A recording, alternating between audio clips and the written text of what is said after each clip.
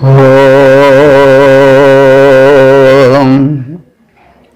वेद प्रेमियों, सुधी श्रोताओं, संप्रति हम सब ऋग्वेद के प्रथम मंडल के 187वें सूक्त के 9वें मंत्र की व्याख्या में प्रवेश करने जा रहे हैं।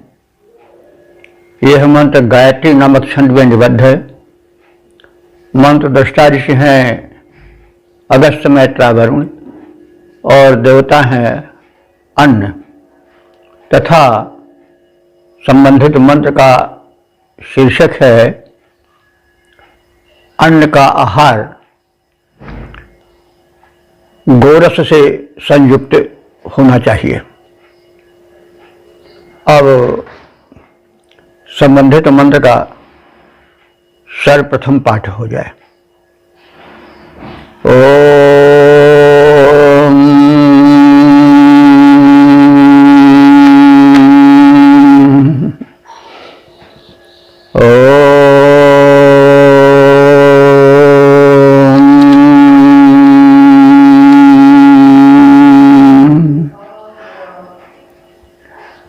यत्ते सोम गवाशिरो यवाशिरो भजामहे वातापे पीव इद्भव। अब संबंधित मंत्र का शब्दार्थ और भावार्थ जाने। सोम, तो यहाँ पर अन्न को सोम रूप से संबोधित किया गया है। सोम के विषय में आप जान चुके हैं। यह एक अमृत प्रद रसायनवत पेय है जो सोमलता से निकाला जाता है, देवताओं को बड़ा प्रिय होता है। तो अन्न को सोम कहकर संबोधित किया गया है। इससे उसकी उपयोगिता, श्रेष्ठता, उपादेयता आदि सिद्ध होती है। अन्न सोम रूप है, सुख कारक है। अन्न के साथ गोरस का सेवन स्वास्थ्यप्रद है। यह है इस मंत्र में प्रतिपादित किया गया है। तो अन्न देव के गुणों का, उनकी उपादेयता का और वह अन्न कैसे अधिक उपयोगी, पोषक और स्वास्थ्यप्रद हो, एतदर्थ ऋषि एक नुस्खा या एक सलाह रूप में प्रस्ताव या संदेश दे रहा है। संबोधित कर रहा है कि हे सोम, सोम रूप सुख कारक अन्न, यत माने जब तुम गवाशिरा माने गाय के माध्यम से उत्पन्न होने वाले दुग्ध,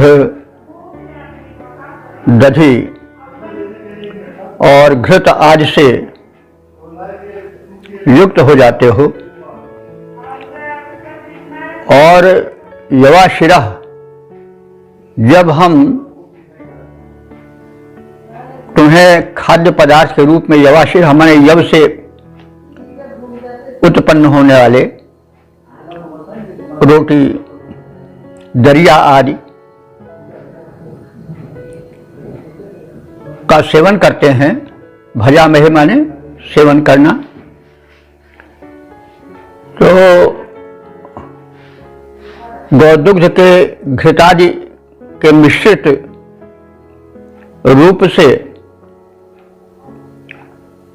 युक्त अन्न का जब सेवन किया जाता है तब हमारा शरीर अधिक पुष्ट होता है।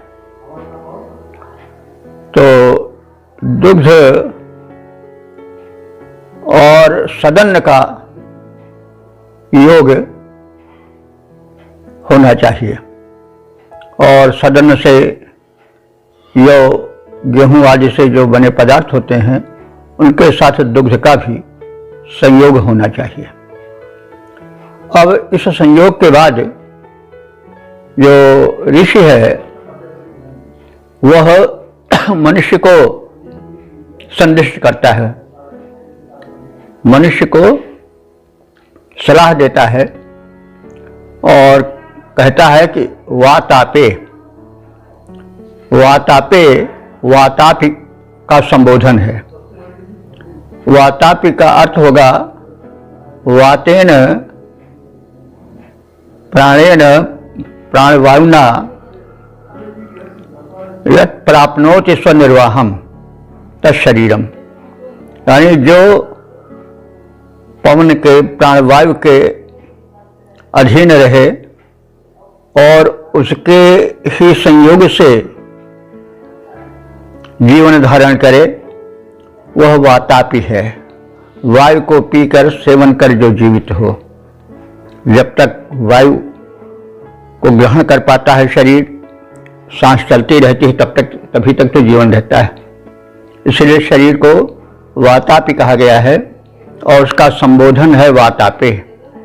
हे प्राणवायु के आधार पर जीने वाले शरीर, तुमसे यह निवेदन है कि तुम पीवः इत भव, तथा कथित आहार के सेवन से, पीव माने हृष्ट पुष्ट, भव माने हो जाओ। तो हे सुख कारक, सोम के समान गुणों को धारण करने वाले, सात्विकता और पोषकता का विवर्धन करने वाले अन्न देवता, जब यव गेहूं गोधूम आदि सदनों के साथ तुमसे बने पदार्थों में गाय के दुग्ध और उससे बनने वाले पदार्थ दही घृत आदि से युक्त हो जाता है, यानी भोजन में जब यवादिक से तैयार खाद्य या आहार जब गोदुग्ध के संयोग से, घृतादि के संयोग से पौष्टिक गुणों से भरपूर हो जाते हैं, तो ऐसे पुष्ट और सात्विक आहार से शरीर पुष्ट होता है, सशक्त होता है। और हे शरीर, तुम ऐसे गो दुग्ध और उससे बने पदार्थों घृतादि से पुष्ट बनो, उनका सेवन करो और हृष्ट पुष्ट स्वस्थ सुखी जीवन बिताओ। इसका पद्य रूपांतरण इस प्रकार से है। हे सुख कारक अन्न, तुम्हारी भक्षण विधि बतलाते। हे सुख कारक अन्न, सोम रूप हो तुम सुखदायी पोषक और सात्विकता के प्रसार करता हो। तो हे सुख कारक अन्न, तुम्हारी भक्षण विधि बतलाते। जब भोजन में गोदुग्ध यवादिक अन्न मिलाए जाते, तब तन होता पुष्ट, स्वास्थ्य का नया रंग आता है। तब तन होता पुष्ट, स्वास्थ्य का नया रंग आता है। हे शरीर, लो तुम वह अन्न की जिससे स्वास्थ्य सुधर जाता है, जिससे स्वास्थ्य सुधर जाता है। ओम वेद प्रेमियों, सुधी श्रोताओं, संप्रति हम सब ऋग्वेद के प्रथम मंडल के 87वें सूक्त के 10वें मंत्र की व्याख्या में प्रवेश करने जा रहे हैं। यह मंत्र गायत्री नामक छंद में निबद्ध है। मंत्र दृष्टा ऋषि हैं अगस्त्य, मैत्रा, वरुण और देवता हैं अन्न। संबंधित मंत्र का प्रतिपाद्य है औषध रूप सदन्न का सेवन हो। अब संबंधित मंत्र का सर्वप्रथम पाठ हो जाए। ओम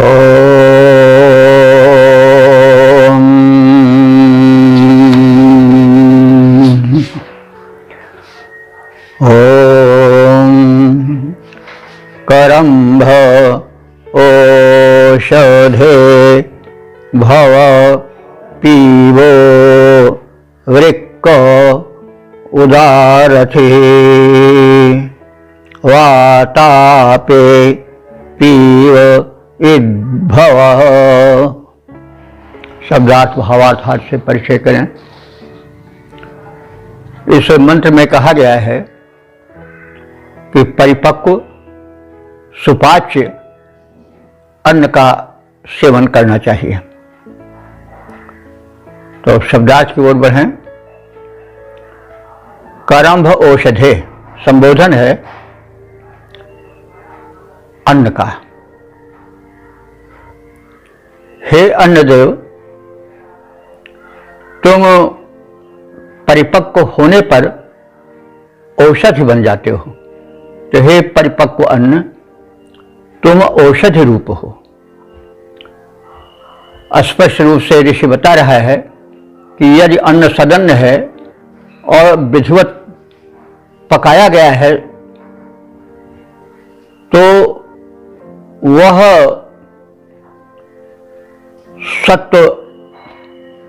सत्वयुक्त अन्न स्वयं में एक औषधि है। अन्न का जब चटपटा उसको बनाने के लिए तरह तरह के मिर्च मसाले बनाकर तले भुने जाते हैं, तब जो तत्व होता है जिससे कि शरीर स्वस्थ रहता है वो जल जाते हैं। उसके विटामिन, क्षार, लवण, मिनरल्स आदि सब अधिकांश मात्रा में नष्ट हो जाते हैं। तो बस जब शरीर में उन तत्वों की कमी हो जाएगी तो रोग पैदा हो जाएगा, क्योंकि शरीर तो भिन्न भिन्न तत्वों के संयोजन से बना है, तो उन तत्वों का होना आवश्यक है। तो इसीलिए परिपक्व कहा गया है। परिपक्व अन्न जो पकाया जाए उस सात्विक विधि से स्वास्थ्य को दृष्टि में रख करके पकाया जाए, उसको उबाला जाए, उसको तला भुना ना जाए। तो इसीलिए उसको करंभ औषधे कहा गया है, औषध रूप परिपक्व अन्न। तो हे औषध रूप परिपक्व अन्न, तुम बड़े गुणकारी हो। पीवा, पीवा होने शरीर को हृष्ट पुष्ट करने वाले हो। वृक्क, वृक्क माने विकार का निष्कासन करने वाले हो। शरीर में तुम्हारा जब विरेचन तत्व स्थिर रहता है तो उससे जो विकार होते हैं वो निकलते हैं।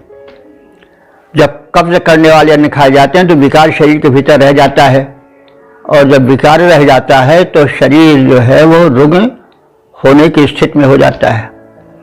तो यहाँ वृक्क शब्द का प्रयोग हुआ है। वृक्क जो विकार निष्कासन करे, जिसमें रेचक गुण हो, दोष को निकालने वाले गुण हो। तो वृक्क शब्द तो आजकल जो प्रचलित है वो है गुर्दे के रूप में, किडनी के रूप में। अब देखिए किडनी को किस लिए वृक्क कहा गया है, क्योंकि वह विकार को निकालता है। जो गुर्दा है, वृक्क है, वह पेशाब को छानता है, और जो पुष्ट भाग होता है उसको नहीं निकलने देता, और जो विकृत भाग होता है अन्न के पाचन के बाद जो कचरा वाला भाग होता है वो पेशाब के माध्यम से गुर्दे के द्वारा छाना जाकर के निकल जाता है। और गुर्दा विकार निष्कासन का प्रमुख अंग है, इसलिए गुर्दे का स्वस्थ होना बड़ा आवश्यक है। तो यहाँ वृक्क शब्द का प्रयोग किया गया है, तो वह गुर्दा नहीं है जिसको हम सीधे किडनी के रूप में लेते हैं, बल्कि वृक्क इस रूप में आया है कि जो विकार का शरीर से निष्कासन करे। तो जो सदन्न होता है और विधिवत पकाया जाता है, जिसके गुण जलने या नष्ट होने नहीं पाते हैं, वह रेचन यानी रेचक हो जाता है। रेचक माने विकार को निकालने वाला हो जाता है, इसलिए वो वृक्क है। तो हे परिपक्व औषध रूप अन्न, तुम पीवह यानी हृष्ट पुष्ट बनाने वाले हो, वृक्क माने विकारों को निकालने वाले हो, रोगनाशक हो और उदारथि इंद्रियों में सामर्थ्य लाने वाले हो, बलवर्धक हो। तो इस प्रकार से अन्न के वैशिष्ट्य के बताने के पश्चात शरीर को संबोधित करते हुए या मनुष्य को संबोधित करते हुए ऋषि कह रहा है कि हे वातापे, हे प्राणवायु के आधार पर जीवन धारण करने वाले शरीर, पीवह इत भव, इस प्रकार के कथित निर्दिष्ट अन्न के सेवन से तुम हृष्ट पुष्ट बन जाओ।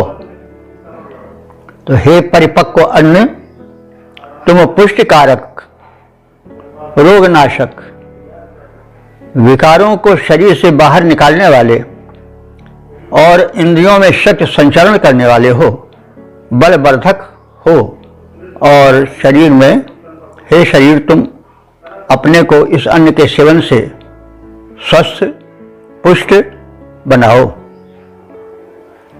और इस प्रकार से स्वस्थ सुखी और हृष्ट पुष्ट होकर प्राण को, शरीर को, अपने को सुखप्रद सिद्ध करो। पद्य रूपांतरण देखें। हे परिपक्व सुपाच्य अन्न, तुम बलवर्धक बन जाओ।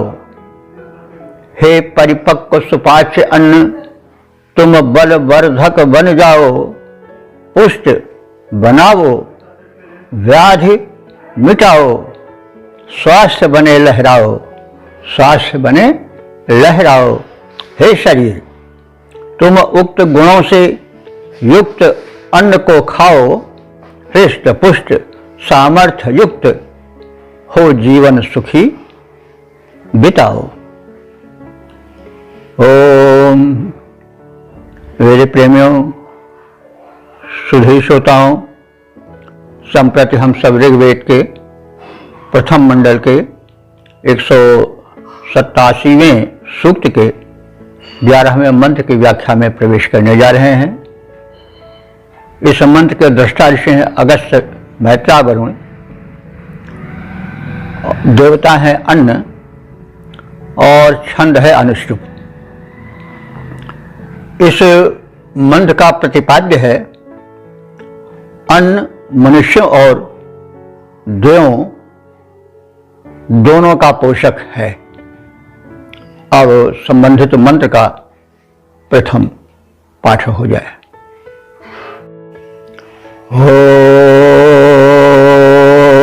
ओम तम त्वा वयम पीतो वचोभिर्गावो न हव्या सुशोदिं देवेभ्यस्त्वा सधमादमसमभ्यं त्वा सधमादम। शब्दार्थ भावार्थात से परिचय प्राप्त करें। संबंधित मंत्र में अन्न की उपयोगिता बताई गई है और यह कहा गया है कि अन्न जितना मानवों के लिए आवश्यक है, उपयोगी है, उतना ही देवों के लिए भी है। मानवों के लिए उपयोगी है कि अन्न ही जीवन है और इसलिए जीवन धारण करने के लिए, पुष्ट बनाने के लिए, स्वस्थ बनाने के लिए अन्न की आवश्यकता है। लेकिन जो देव हैं उन्हें भी उतनी अन्न की आवश्यकता है। यह कैसे? यज्ञ जब होता है तो उसमें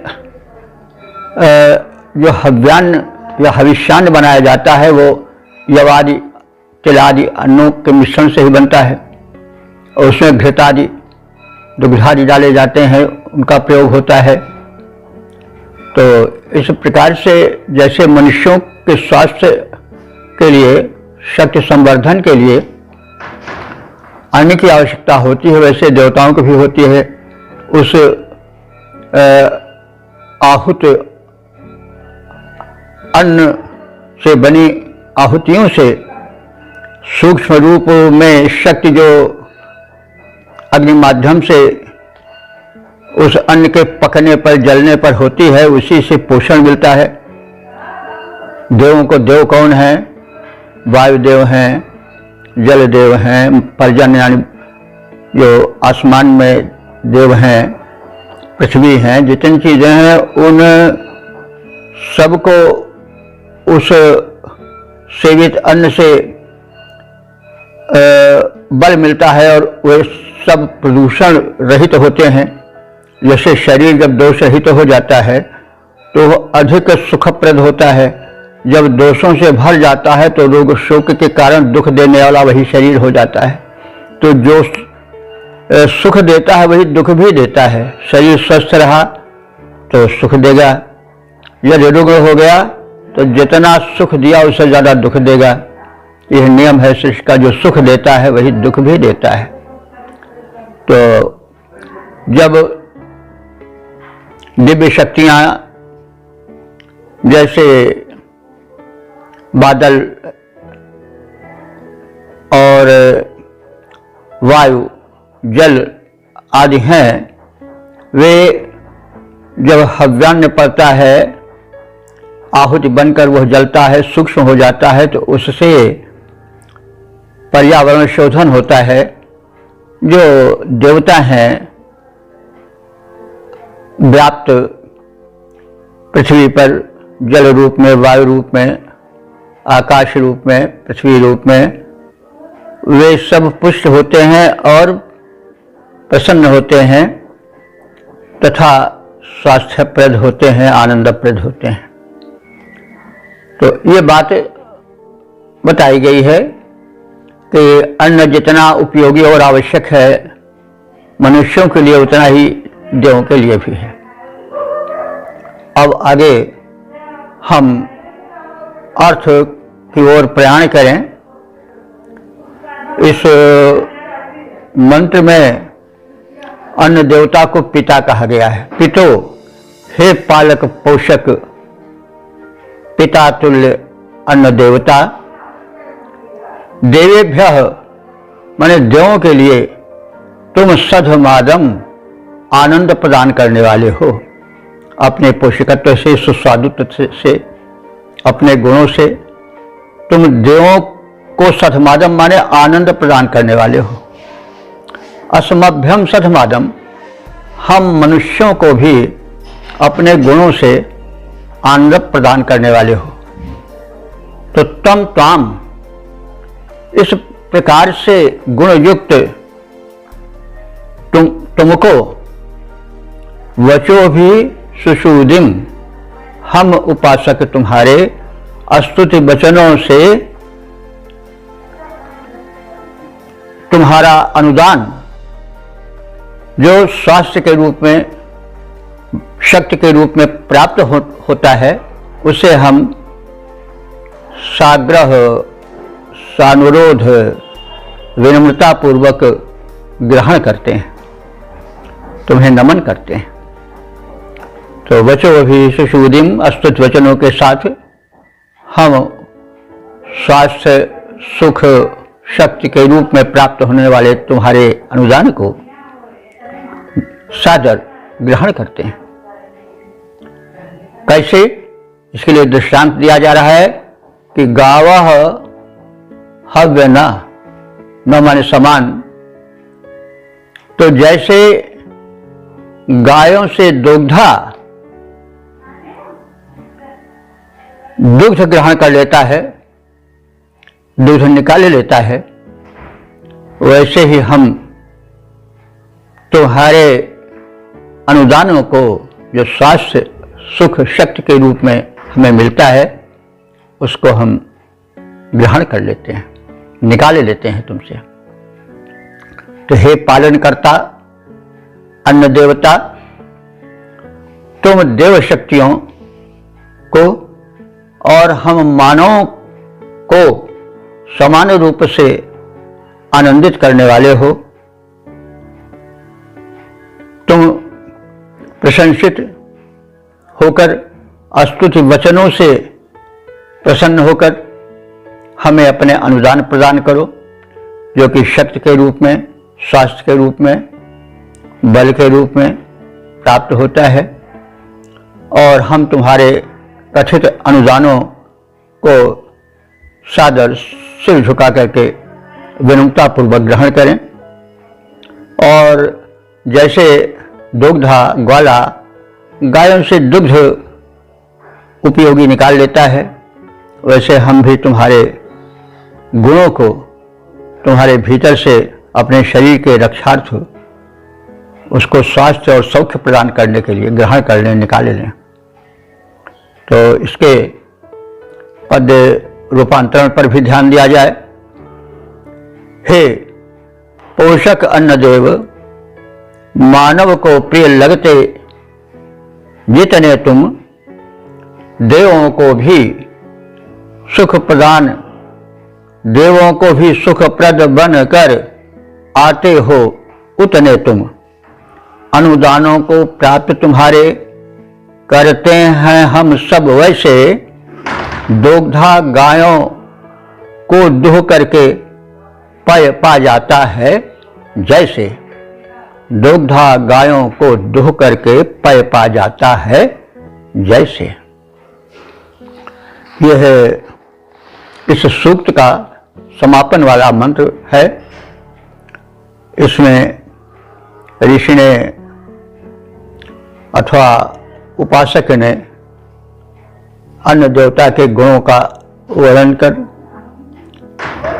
उसके अनुग्रह को विनम्रतापूर्वक सादर स्वीकार कर उसके द्वारा प्राप्त होने वाले गुणों को स्वास्थ्य सौख्य आदि शक्ति आदि के रूप में ग्रहण करने की बात कहता है।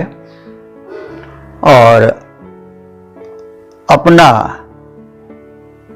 प्रार्थनापूर्ण वचन और कृतज्ञता को ज्ञापित करता है। तो इस प्रकार से इस 11 मंत्रीय सूक्त का हम संक्षिप्त शब्दार्थ व्याख्या आदि से परिचय प्राप्त किया और संक्षेप में इसका जो है वह सार भी जानने की ओर बढ़े।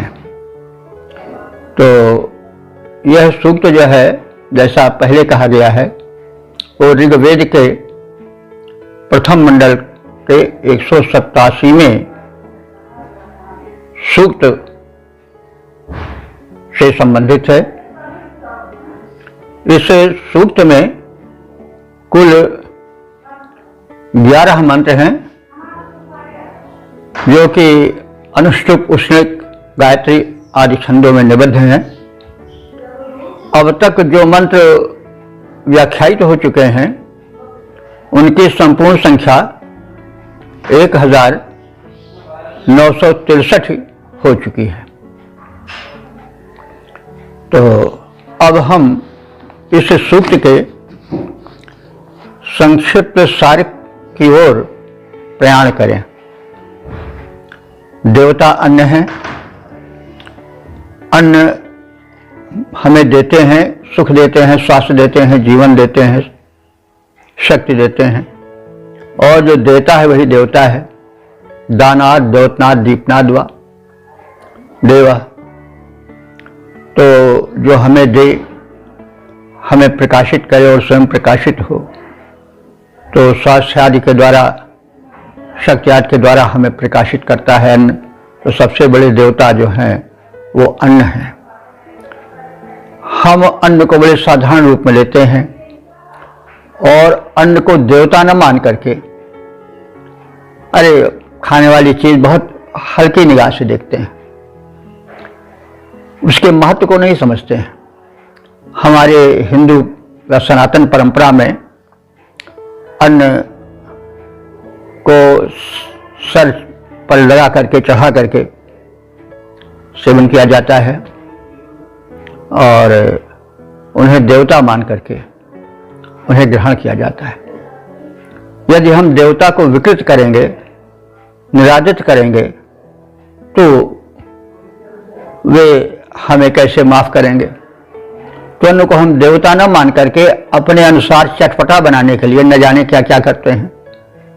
डबल रोटी, बिस्कुट और नॉन वेज जो क्या क्या कितने कितने हैं, चाट पकौड़ी आदि रूप में दुर्दशा कर डालते हैं अन्न की। सारे पोषक तत्व क्षीण हो जाते हैं और जिह्वा के स्वाद के लिए उसके वशीभूत होकर के हम तरह तरह के रोगों से पीड़ित होते हैं। तो देवता के अपमान का यही फल होगा। हमें डॉक्टरों का चक्कर काटना पड़ता है, हमारा धन भी लुट जाता है, तन भी लुट जाता है, शक्ति भी लुट जाती है, नेत्रों से ज्योति छिन जाती है, कानों से श्रवण शक्ति छिन जाती है और तरह तरह के न जाने कितने रोग होते हैं, शोक होते हैं। तो वो इसलिए होते हैं कि हम अन्न देवता का अपमान करते हैं। उनको हम अपने अनुसार विकृत करते हैं, हम अन्न के अनुसार नहीं चलते हैं। परमात्मा ने हमको हमारे लिए अन्न की व्यवस्था की है, तो उसे अन्न के रूप में भेजा है, सीधे फल के रूप में, फूल के रूप में, साग सब्जी के रूप में, पकौड़ी कचौड़ी के रूप में नहीं भेजा है। और तमाम केमिकल से बने हुए ये जो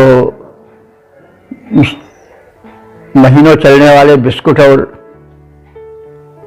डबल रोटियां हैं, जो कि सुरक्षित की जाती हैं तरह तरह के रोगप्रद अनुपयोगी केमिकल्स द्वारा, उसी का हम भक्षण कर रोगी बनते हैं। प्रातःकाल लोग बिस्कुट, नमकीन और चाय से ही अपनी दिनचर्या प्रारंभ करते हैं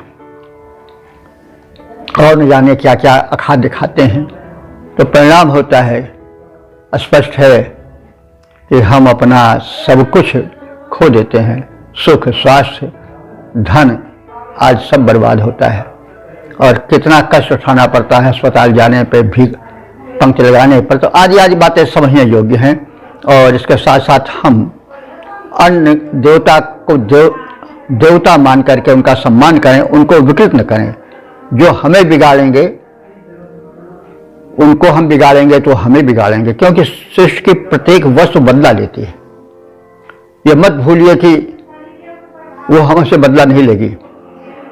अब ये बात यह नहीं है कि वो ललकारने लगते हैं तुरंत, लेकिन हाँ वो ऐसा बदला लेती है कि फिर कहीं का नहीं रहने देती है। इसलिए अन्न जो जीवन के आधार हैं, अन्न देव है, ब्रह्म हो वही अन्न, अन्न ही ब्रह्म है और अन्न ब्रह्म, अन्न ही ब्रह्म है, यह विचारना चाहिए।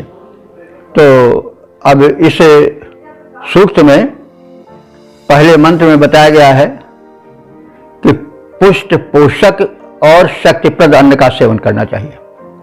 अन्न पुष्ट हो, पोषक हो, शक्तिप्रद हो, उसका सेवन हो। और अन्न सरस हो, शुष्क नीरस न हो।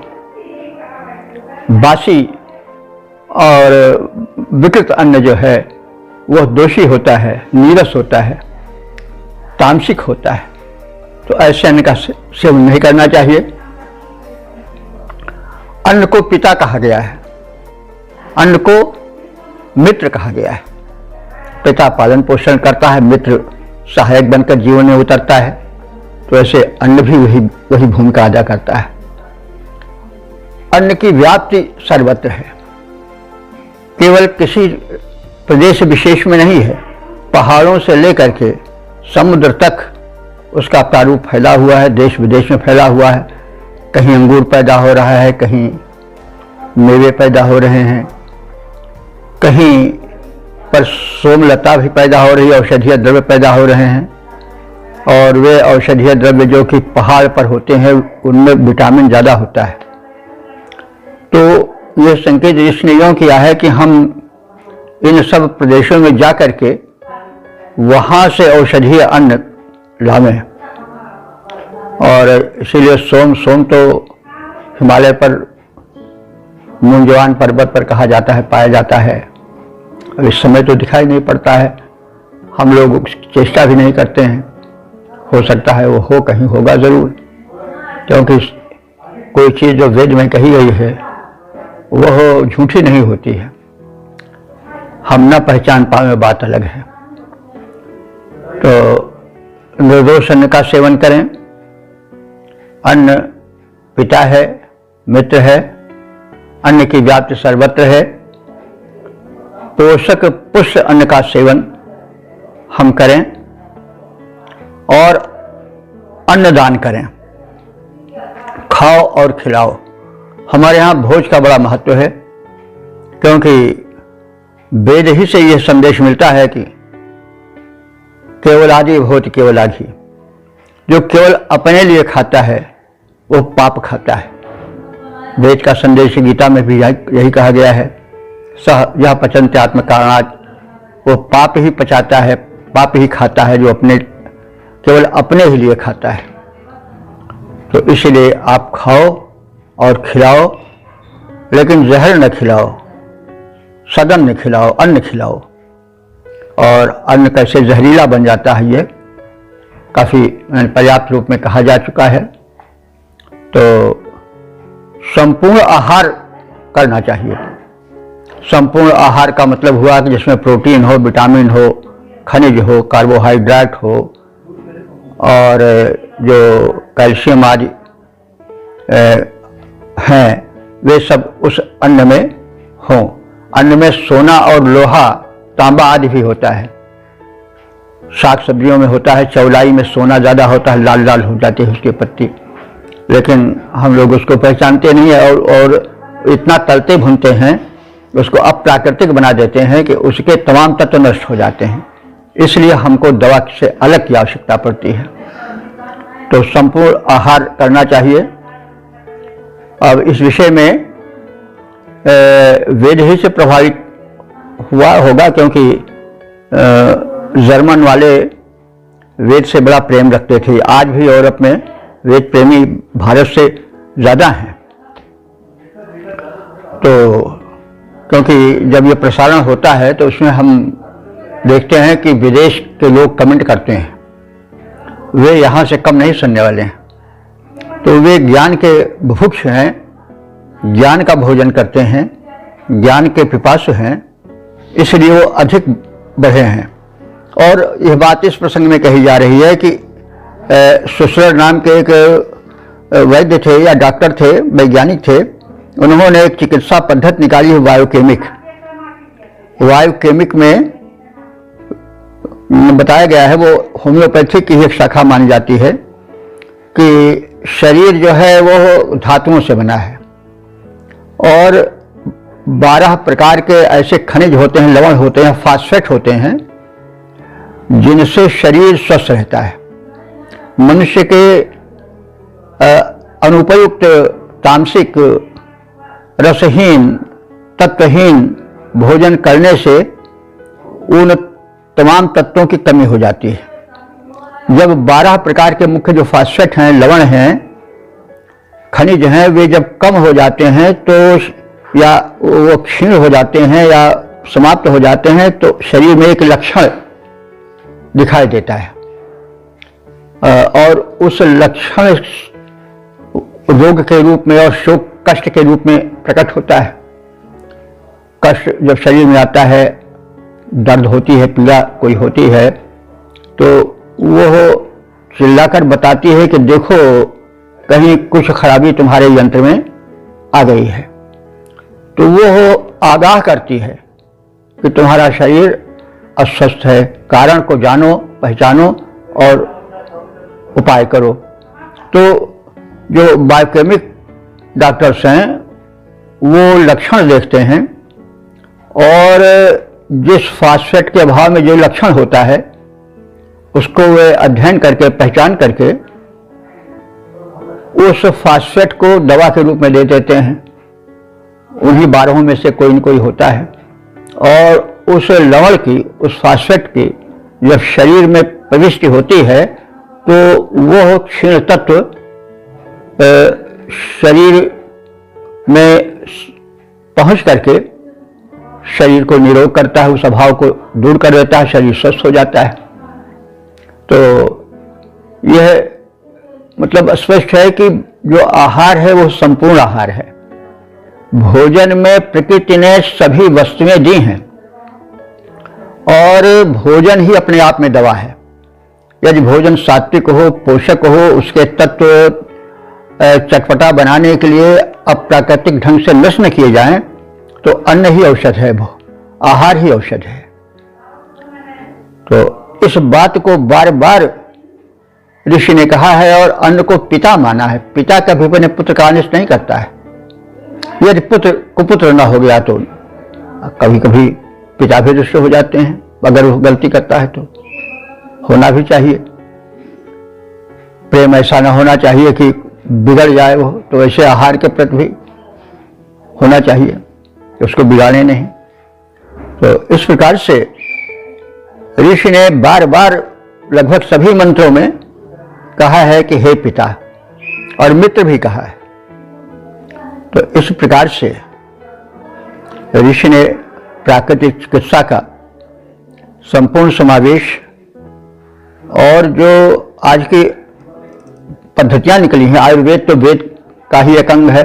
कुछ लोग कहते हैं कि वेद का एक अंग है आयुर्वेद, उपवेद, और कुछ लोग कहते हैं कि अथर्ववेद का उपवेद है आयुर्वेद।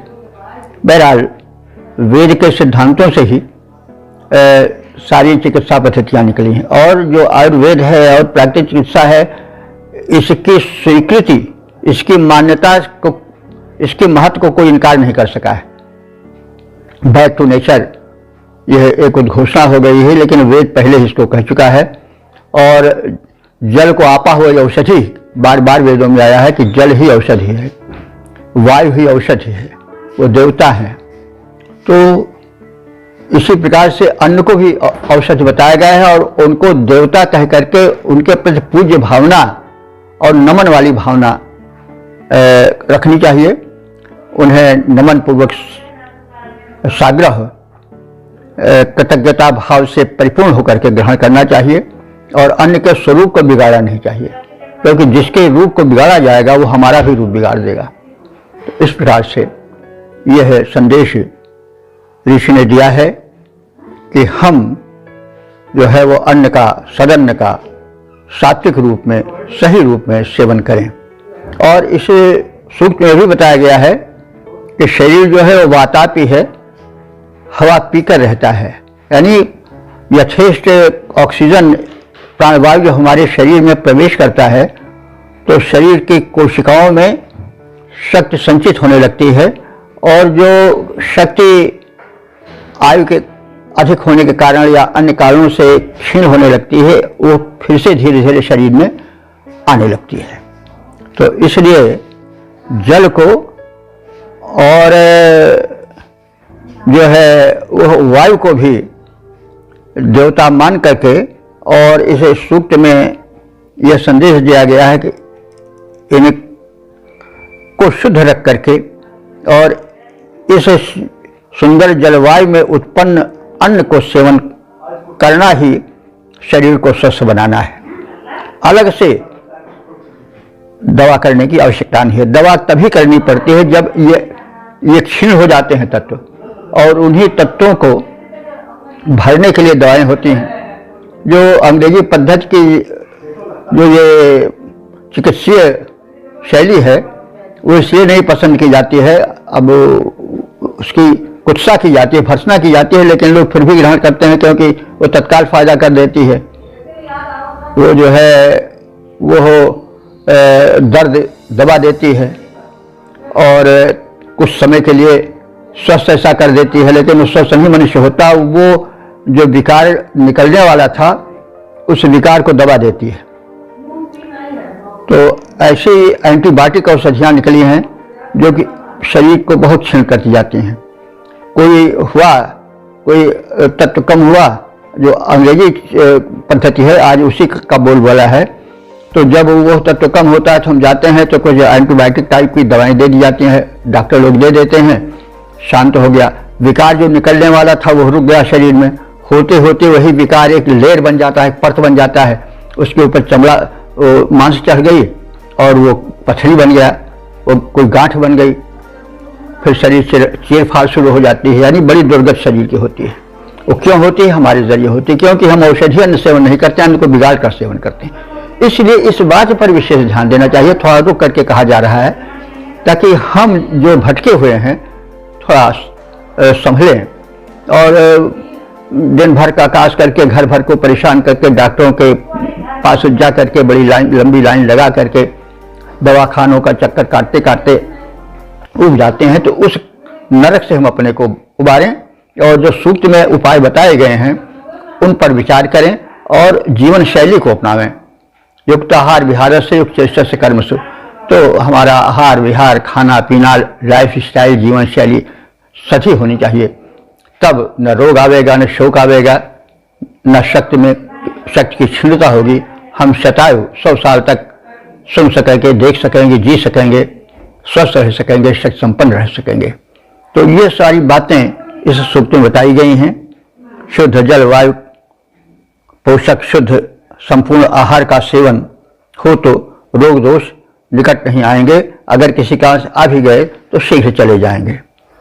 अन्न अपने आप में एक औषधि है, अलग से औषध की आवश्यकता नहीं रह जाती है अगर हम अन्न देवता को सदन रूप में सेवन करें। तो अन्न जितना मनुष्यों के लिए उपयोगी है उतना देवों के लिए भी उपयोगी है, इसीलिए यज्ञ विधान होता है। हव्यान हविष्यान आहुति रूप में डाले जाते हैं अग्नि में और उनकी सूक्ष्म शक्ति चारों ओर वातावरण में फैल करके पर्यावरण का शोधन करती है, जल को, वायु को, सबको स्वस्थ और निरामय बनाती है और उसके सेवन से हम सुखी, स्वस्थ और शक्ति संपन्न बनते हैं। तो इस प्रकार से ये सूक्त जो है वो प्राकृतिक चिकित्सा, योग आदि सबकी ओर संकेत करता है और संतुलित आहार का संदेश देता है और वही संतुलित आहार हमारे लिए पिता बन जाता है, मित्र बन जाता है। जब हम पिता और अपने मित्र को धोखा देंगे, उसको निराजित करेंगे, उसके आदेशों को नहीं मानेंगे, तो फिर पिता भी क्रुद्ध हो जाएगा, मित्र भी नाता तोड़ लेगा। इसलिए हमें उस संबंध को स्थापित रखना चाहिए, उसका सम्मान करना चाहिए। तो इस प्रकार से हम इस उपयोगी सूक्त का अध्ययन किए, संक्षेप रूप में उससे परिचय प्राप्त किए। अब आग्रह है कि इस सूक्त में संदिष्ट बातों को हम अपने जीवन में उतारें, क्योंकि मात्र जानना ही पर्याप्त नहीं है, ज्ञान के साथ साथ उस पर आचरण भी करना आवश्यक है। तो अब हम अपने वाणी को विराम देते हैं और यह आग्रह करते हैं कि हम ऋषि संदिष्ट इस परमात्मा की वाणी, वेद के संदेश को ध्यान से सुने, समझें, समझाएं, प्रचार प्रसार करें और अपने जीवन को उसी सांचे में ढालें। ओम सर्वे भवन्तु सुखिनः, सर्वे सन्तु निरामयाः, सर्वे भद्राणि पश्यन्तु, मा कश्चित् दुःख भाग् भवेत्।